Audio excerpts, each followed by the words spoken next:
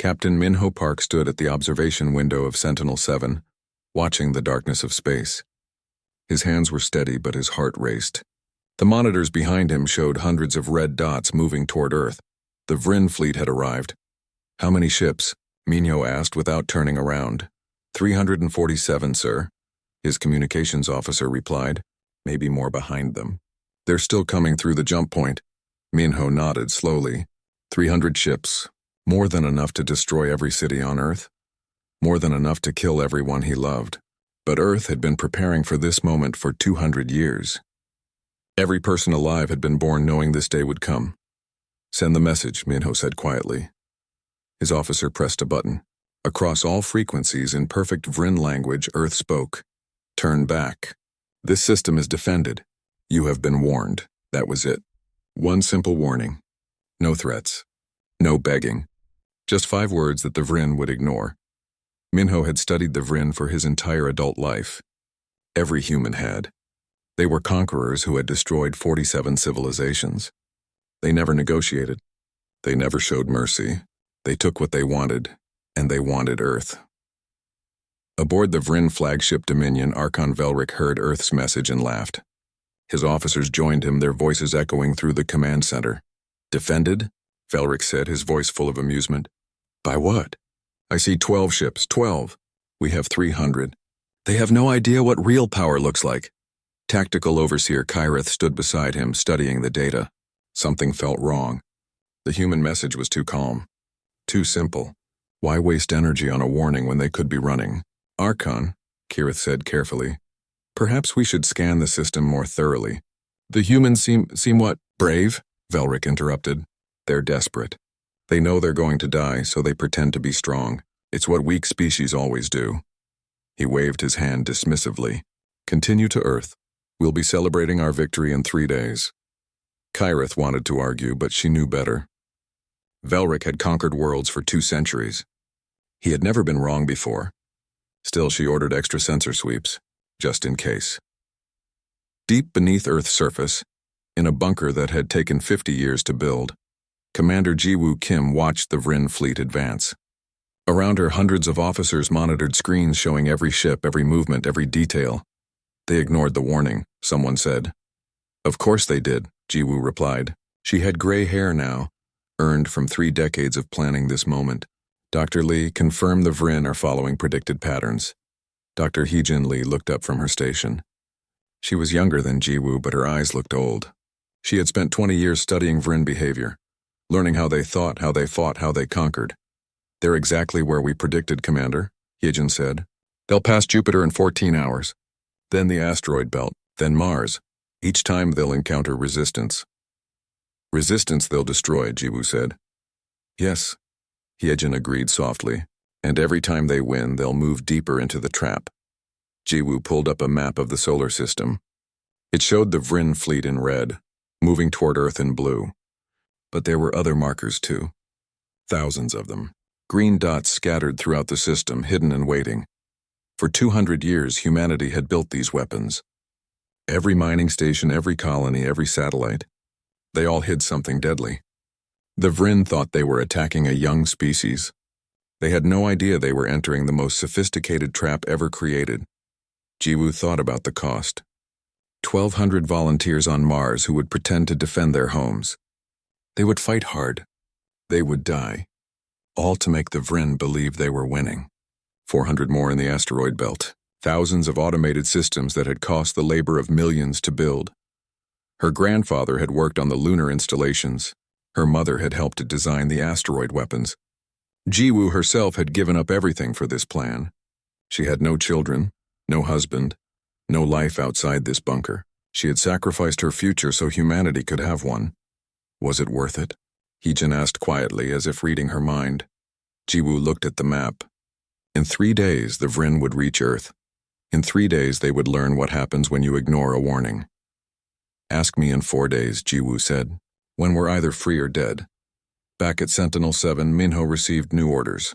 Evacuate, take his crew and run. Their station had served its purpose. The warning was sent. Now they needed to survive to see what came next. But Minho couldn't stop watching the Vryn fleet. Each ship was enormous, 3 times the size of anything humanity had built. Their weapons could destroy cities with single shots. Their shields could absorb incredible damage. They were predators, and Earth looked like easy prey. That was the point. Humanity had learned an important lesson from history. Strong animals attack the weak. But the weak sometimes had teeth. The key was hiding those teeth until the predator was close enough to bite. "Sir, the Vryn are scanning us," his officer reported. "Let them look," Minho said. "Make sure they see old technology. Make sure they see fear." Sentinel-7 began broadcasting false data. The Vryn scanners would see outdated weapons, weak shields, and a crew preparing to run. They would see exactly what they expected, a primitive species that knew it was about to lose. What they wouldn't see was the truth. They wouldn't see the weapons hidden on every moon, every asteroid, every piece of space debris. They wouldn't see the millions of people who had trained their entire lives for this battle. They wouldn't see humanity's greatest strength, patience. The Vryn had conquered 47 civilizations because they were strong and fast. They attacked quickly, overwhelmed their enemies, and moved on. They had never faced an enemy who was willing to wait, who was willing to sacrifice, who was willing to turn their entire home into a weapon. "Evacuation complete, sir," his officer reported. "We're ready to depart." Minho took one last look at the Vryn fleet. They were still advancing, confident and unstoppable. In 3 days they would reach Earth. In 3 days everything would change. "Take us home," Minho ordered. "We have a war to win." As Sentinel-7 fled toward Mars, Minho thought about Earth's message. 5 simple words. The Vryn had laughed at them. They thought it was desperation. They were wrong. It wasn't a plea. It was a promise. Earth had warned them once. That was more mercy than the Vryn had ever shown anyone else. Now the predators would learn what it meant to become prey. Lieutenant Sumin Choi watched from her transport ship as the orbital defense platforms fired at the Vryn fleet. Bright streaks of light crossed the darkness, hitting alien shields in brilliant explosions. It looked like humanity was fighting hard. It looked like they might even win. It was all a lie. Platform 7 destroyed, someone reported over the radio. Platform 12 damaged. Platform 3 offline. Each report was carefully timed. Each platform died exactly when it was supposed to. The Vryn didn't know they were watching a performance. They thought they were winning. Soman was 27 years old. She had been born on Mars, in the colony that was now under attack. Her parents had raised her knowing this day would come. They had taught her the plan. They had made her promise to follow orders no matter how hard it became. Her parents were still down there. They had volunteered to stay behind to make the defense look real. Soman would never see them again. "All civilians evacuated," the captain announced. "Military personnel prepare for final defense phase." Soman knew what that meant. The final defense phase was actually the final sacrifice phase. 800 soldiers would stay behind to fight. They would make the Vryn work for their victory. They would die slowly, making the aliens believe Mars was important. It was all about time. Every hour the Vryn spent at Mars was another hour for Earth to prepare. Every ship they damaged here was one less ship for the real battle. Aboard the Dominion, Archon Velric watched Mars fall. It had taken 6 hours. 6 hours! For a primitive colony. His officers looked concerned, but Velric smiled. "You see," he said, "the humans fight harder than we expected. This makes our victory more meaningful." Kareth wasn't smiling. She studied the battle reports, analyzing every detail. The human defense had been fierce but strangely organized. They had focused fire on specific ships, forcing the Vryn fleet into specific formations. It was almost like they wanted to push the fleet into certain positions. "Archon, I recommend we change our approach vector," Kareth said. "Why? We're winning. That's what concerns me. It's too easy." "They're hurting us," Velric laughed. "Hurting us? We have 300 ships. They can't hurt anything. You're seeing patterns where none exist. Continue to Earth, we'll crush whatever they have waiting." But Kareth couldn't shake the feeling. Something was wrong. She ordered her analysts to review everything, searching for the trap she knew was coming. Captain Minho Park's ship, the Hwarang, waited in the asteroid belt with 15 other vessels. They looked like desperate defenders making a last stand. In reality, they were bait with very specific instructions. Vryn fleet approaching, his sensor officer reported.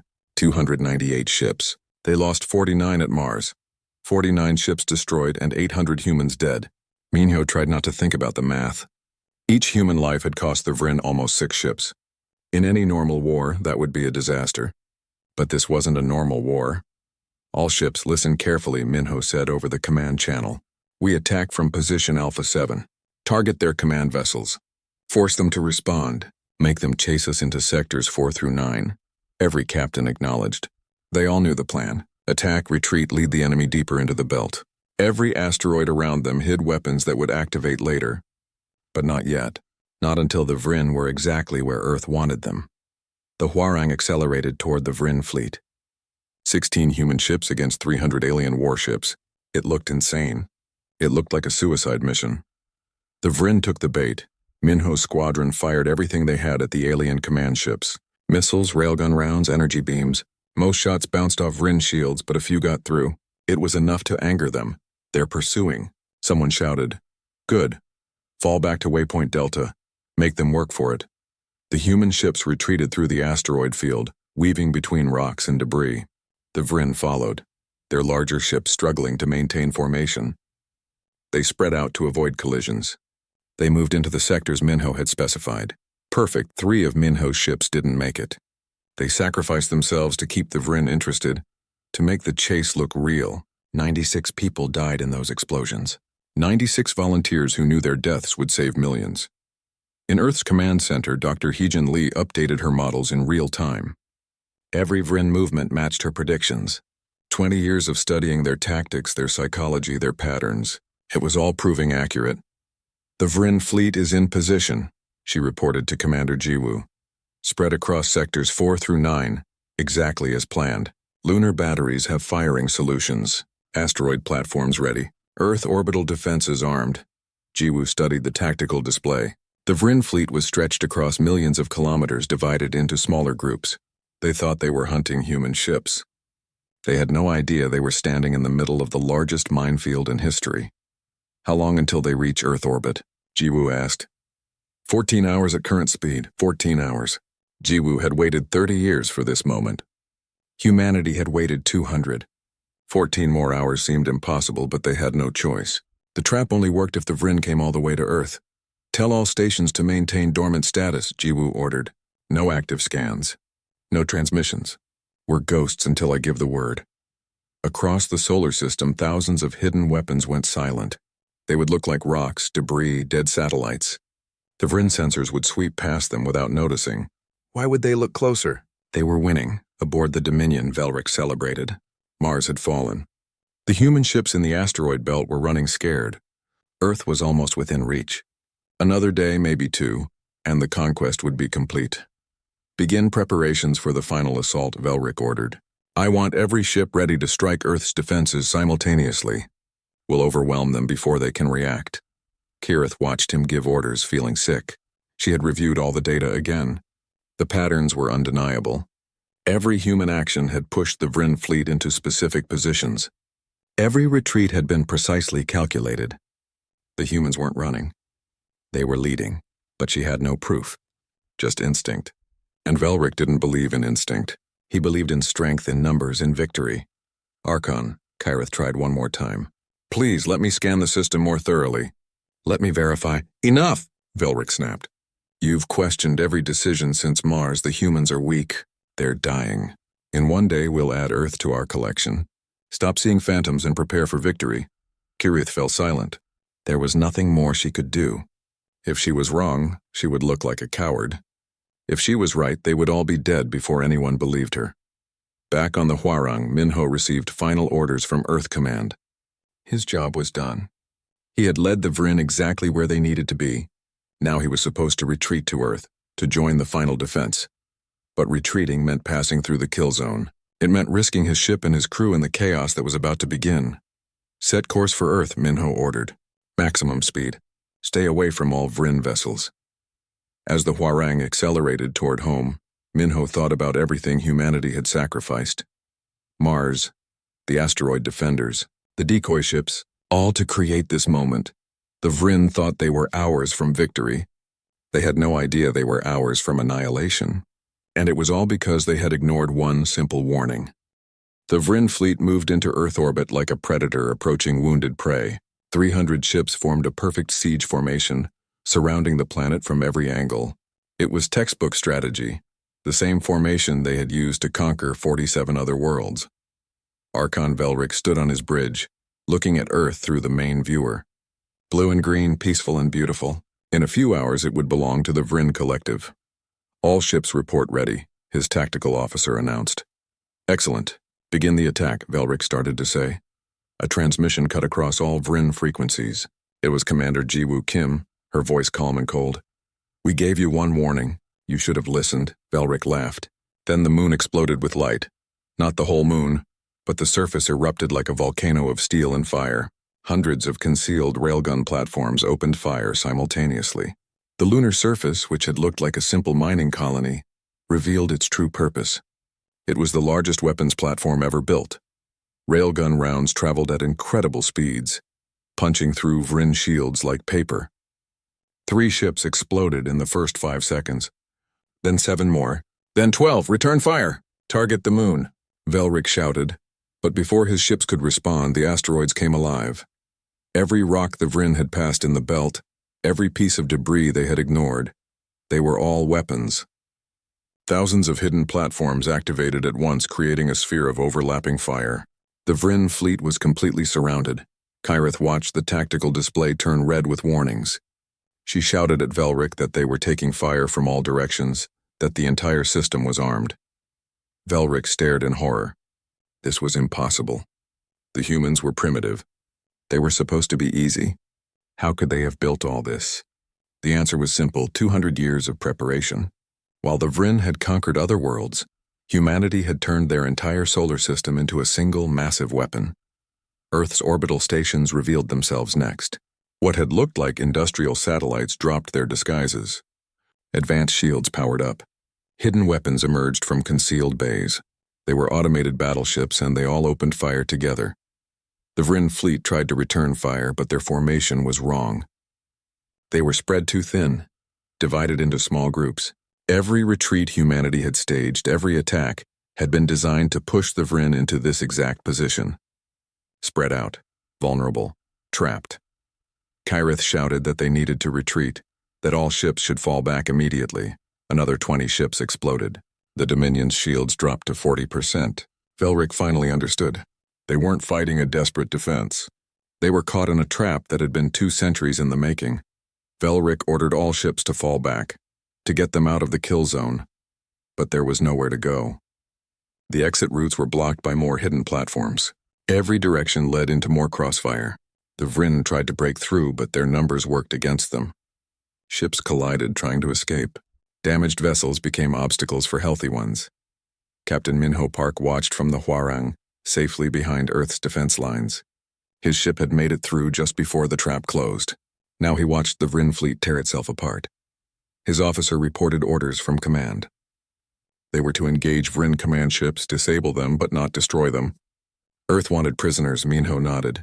The Hwarang and 15 other ships emerged from Earth's shadow. They weren't running anymore.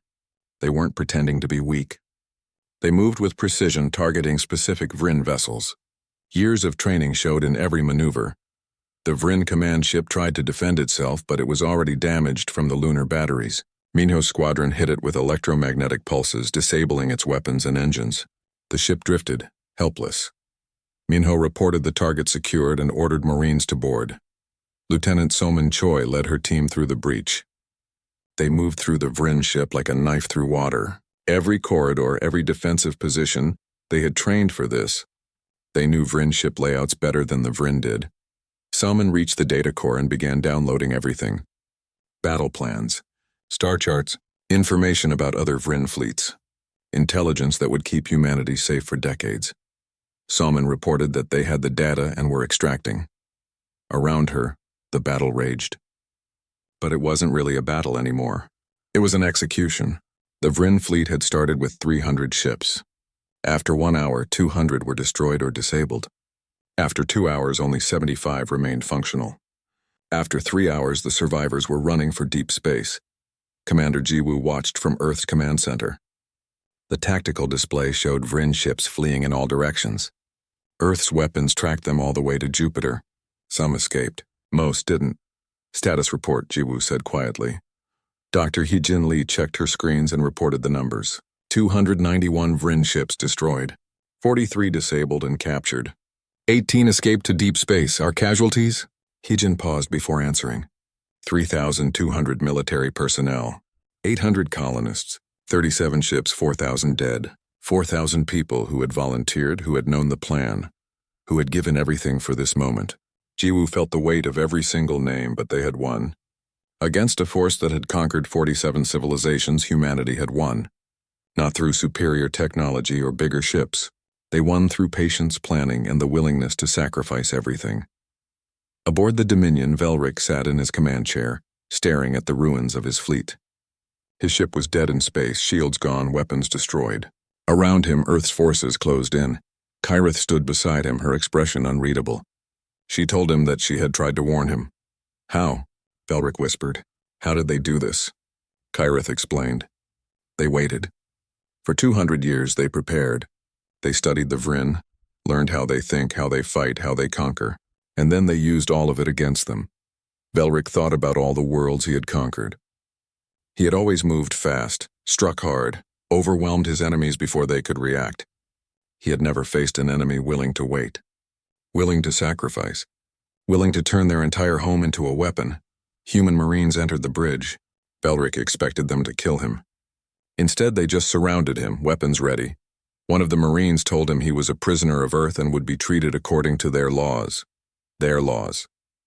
Not Vryn laws, Earth's laws. The humans were claiming authority over him. After 200 years of conquest, Velric had become what he had always made others. Defeated. As they took him away, Velric thought about Earth's warning. One simple message. 5 words. He had laughed at it. Turn back. This system is defended. You have been warned. They had warned him. He just hadn't listened. 6 months after the battle, Admiral Minho Park stood on the bridge of the Indomitable, Earth's first true warship. Not a disguised mining vessel, not a hidden platform. A real military ship, built to project power across the stars. The promotion still felt strange. He had gone from captain of a small squadron to admiral of Earth's diplomatic fleet. But Earth needed someone who understood both war and peace, someone who had fought but also knew the cost. Around the Indomitable floated 30 other ships. Some were military, others were scientific vessels, diplomatic transports, and medical frigates. This wasn't an invasion force. It was a mission of contact and cooperation. All ships report ready for jump, his tactical officer announced. Minho looked at the star chart. Their destination was the Talaran system, home to one of the species the Vryn had marked for conquest. According to the recovered data, the Vryn would attack in 5 years. 5 years. That was how long humanity had taken to prepare, once they knew the enemy was coming. It wasn't much time, but it was more than nothing. If Earth could help the Talaran prepare, maybe they could survive too. Take us out, Minho ordered. The fleet jumped to faster-than-light speed. Earth was no longer hiding. They were announcing themselves to the galaxy, not as conquerors, as allies. Back on Earth, Dr. Hijin Lee prepared for her own mission. She had been appointed as Earth's first ambassador to the Galactic Council, a council that didn't exist yet, but would soon. 6 alien species had responded to Earth's initial broadcasts. All of them were terrified of the Vryn. Some had already been attacked and barely survived. Others had only heard rumors. Now Earth was offering something they desperately needed: knowledge. Hijin studied the files on each species. The Talaran were peaceful explorers. The Krell were traders. The Vosh were scientists. The Merriks were farmers. The Solth were artists. The Halan were miners. None of them were warriors. None of them had prepared for war. They were exactly like Earth had been 200 years ago, vulnerable and unaware. But they didn't have 200 years. Some had less than 5. They needed help, and they needed it now. Hyejin's transport launched from Earth, heading to the neutral space where the first council meeting would take place. She carried with her everything Earth had learned about the Vryn. Battle tactics, weaknesses, psychological profiles, technology assessments. Most importantly, she carried a message. You are not alone. Lieutenant Soman Choi had a different assignment. She led a humanitarian mission to the former Vryn slave worlds. When Earth destroyed the invasion fleet, they had crippled the Vryn collective. Now conquered species were rebelling, breaking their chains, fighting for freedom. Soman's ships carried medical supplies, food, defensive weapons, and engineers. They weren't there to conquer or control. They were there to help people who had suffered under Vryn rule for generations. The first world they reached was called Verath. It had been enslaved for 30 years. When the Vryn fleet didn't return, the local resistance had risen up. They had won their freedom, but at a terrible cost. Cities were damaged, infrastructure destroyed, millions were starving. Soman's team landed with food and medicine. The Verath people stared at them with suspicion. They had learned not to trust anyone who came from the stars. Every visitor for 30 years had brought only pain, but Soman was patient. She and her team worked alongside the Verath, helping rebuild, asking nothing in return. Slowly, trust began to grow. One night, a Verath elder asked Soman why Earth was helping them. What did humans want in return? Soman thought about her parents on Mars, about the 14,000 who died in Earth's defense, about what it meant to sacrifice for others. We want you to be free, she said simply. We know what it's like to face the Vryn. We know what it costs to survive. If we can help others avoid that cost, then maybe all the sacrifice meant something. Former Commander Ji-Woo Kim had stepped away from military command, but she hadn't stopped working. She now led the War Memorial Commission, ensuring that future generations would remember what happened and why. The memorial was expanding. New names were added every day as rescue teams found more casualties. But Ji-Woo also added something else: a historical archive. Every decision, every plan, every sacrifice, all documented and preserved. Future humans needed to understand what their ancestors had done, not to glorify war, but to remember that peace required constant work, that freedom wasn't free, that vigilance wasn't paranoia when real threats existed. Ji-Woo spent her days interviewing survivors, collecting stories, building a complete picture of Earth's greatest trial. She talked to soldiers who had fought, engineers who had built the hidden weapons, civilians who had volunteered as decoys. Each story added another piece to the puzzle. Together, they showed what humanity was capable of when united by common purpose. One unexpected addition to Earth's team was Kyrith. The captured Vryn tactical overseer had chosen to stay on Earth. She provided intelligence about other Vryn fleets and potential threats. More surprisingly, she asked to help contact other species, to warn them about her own people. Some humans wanted to imprison her forever. She had been part of 47 conquests. She had helped destroy civilizations. But others saw her differently. She had tried to stop the Earth invasion. She had been the only Vryn to recognize the trap. Eventually, Earth granted her citizenship. She became the first alien to officially join humanity. Not as a prisoner or a guest, but as one of them. The galaxy was changing. The Vryn collective, once unstoppable, was collapsing. Without their military might, they couldn't hold their empire together. Conquered worlds were breaking free. Their remaining fleets were pulling back to defend their home systems. Earth had done what no one else had managed. They had stopped the Vryn. And in doing so, they had changed everything. 6 months after the battle, the first Galactic Council meeting took place. Representatives from 7 species gathered in neutral space. Hyejin represented Earth. Around her sat beings from different worlds, different cultures, different philosophies. But they all had one thing in common. They wanted to survive. Hyejin stood to speak. She told them Earth's story, not just the victory but the cost, the 200 years of preparation, the 14,000 who died, the sacrifices required. Then she offered Earth's help, military advisors to help build defenses, engineers to construct hidden weapons, intelligence about Vryn tactics and psychology. Everything Earth had learned, freely shared. In return, Earth asked only one thing: cooperation. Stand together, help each other. Never let another species face extinction alone. The council agreed unanimously. They formed the Alliance of Free Worlds, with Earth as its founding member and strongest defender. That same day, Earth began constructing a massive space station at the edge of the solar system. It would serve as both embassy and fortress, a place where allies could gather, but also a reminder of human resolve. The station had a name, the Final Warning. Admiral Minho Park was there for the dedication ceremony.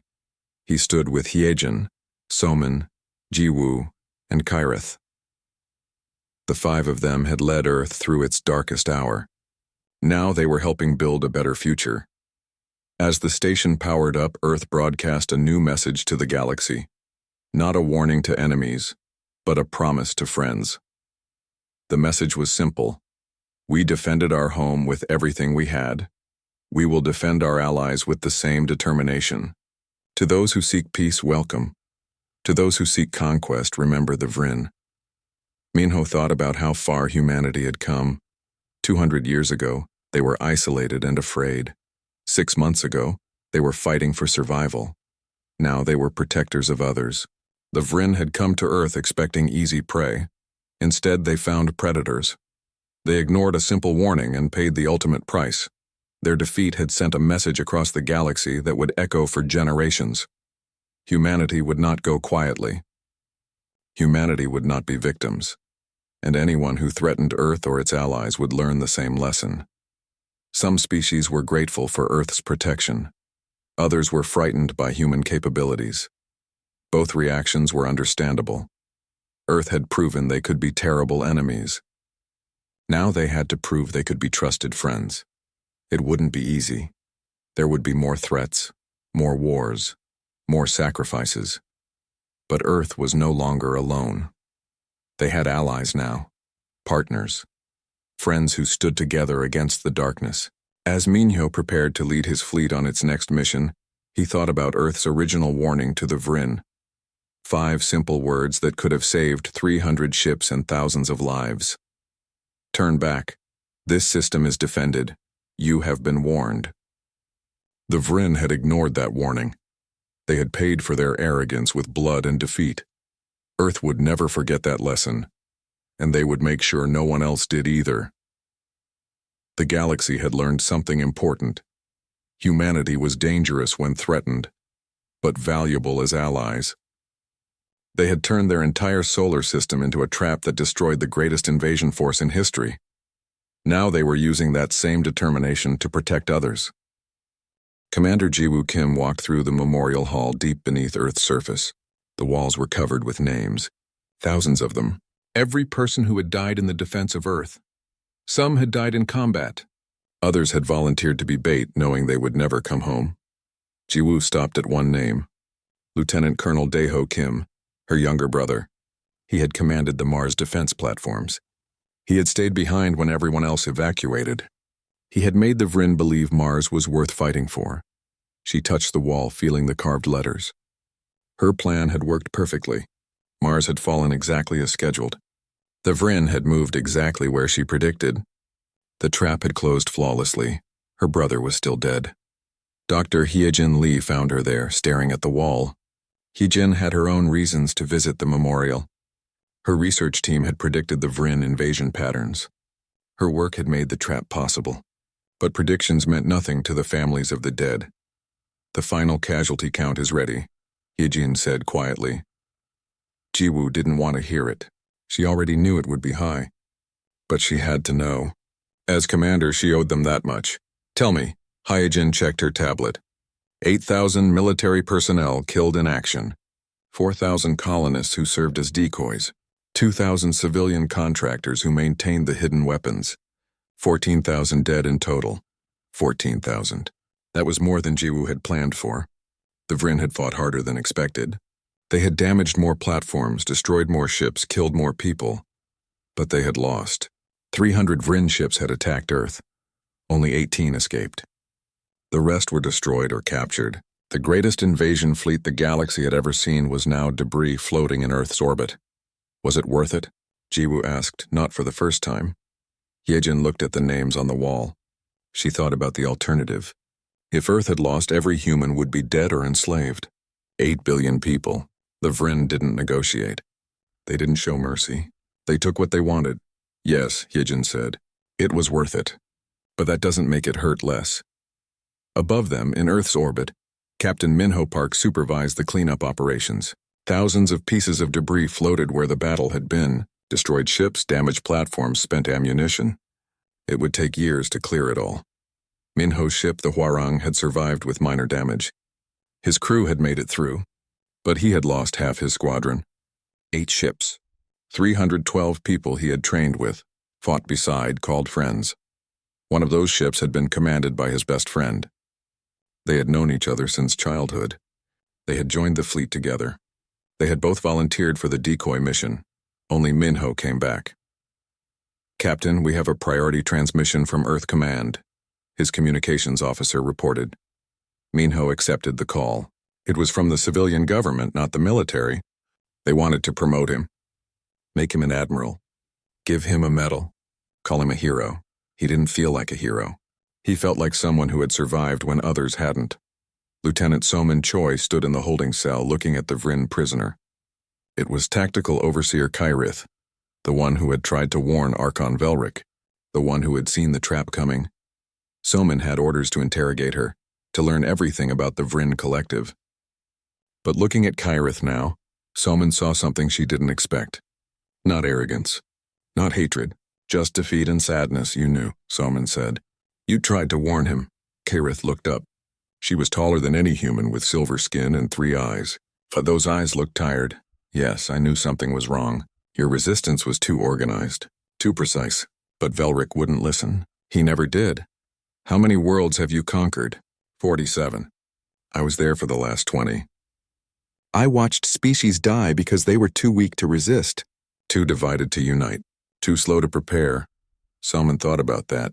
47 civilizations destroyed. Billions of lives ended. And Earth had almost been number 48. What made you different? Kyrith asked. How did you prepare for 200 years without giving up? Without fighting among yourselves? Somin smiled sadly. It hadn't been easy. Earth had almost destroyed itself before uniting. Wars, famines, disasters. But when Dr. Lee discovered the Vryn were coming, everything changed. Every nation, every culture, every person had a common enemy. A reason to work together. Fear, Somin said. We were terrified, so we prepared. In the command center, Hyejin analyzed the data Somin's team had recovered from Vryn ships. What she found made her blood run cold. The Vryn Collective had 17 more species marked for conquest. Some were more advanced than Earth. Some had larger populations. All of them were going to die, unless someone warned them. Hyejin brought the data to Jiwoo. They looked at star charts showing other civilizations, other worlds, other people who had no idea they were targets. We have to tell them, Hyejin said. Jiwoo studied the maps. Earth had just barely survived. They had prepared for 200 years and still lost 14,000 people. These other species had no warning, no preparation, no chance. But Earth couldn't fight the entire Vryn Collective alone. They had destroyed one fleet, but the Vryn had dozens more. Hundreds of worlds. Millions of ships. We need allies, Jiwoo said. We need to share what we learned. Show them how to prepare. It was a massive decision. For 200 years, Earth had hidden, preparing in secret. Now they would have to reveal themselves to the galaxy, show their strength, offer help, become something they never planned to be. Protectors. That night, Jiwoo stood on the surface for the first time in weeks. She looked up at the stars. Somewhere out there, the Vryn Collective was learning about their defeat. Somewhere out there, other species were living in peace, not knowing war was coming. Minho joined her, followed by Hyejin and Somin. The 4 of them had led Earth through its darkest hour. Now they had to decide what came next. The government wants me to resign, Jiwoo said. They think the person who planned the war shouldn't lead the peace. Why, are they right? Minho asked. Jiwoo thought about her brother, about the 14,000 names on the memorial wall, about the choices she had made, the sacrifices she had ordered, the blood on her hands. Yes, she said. They're right. I did what needed to be done, but now Earth needs something different, someone who sees people as people, not pieces in a game. Hyejin put a hand on her shoulder. Jiwoo had sacrificed everything for humanity's survival. Her family, her life, her soul maybe. She deserved rest, but there was still work to do. The Vryn would come again. Maybe not tomorrow, maybe not for years, but they would come. And next time they would know what Earth was capable of. Next time Earth needed to be stronger, and they wouldn't be alone. We won, Soman said quietly. We actually won. They stood together looking at the stars, thinking about the future. They had paid a terrible price for victory, but they had proven something important. Humanity would not go quietly. They would not be easy prey, and anyone who ignored their warnings would learn the same lesson the Vryn had learned. Earth was not a victim. It was a trap, and it was waiting.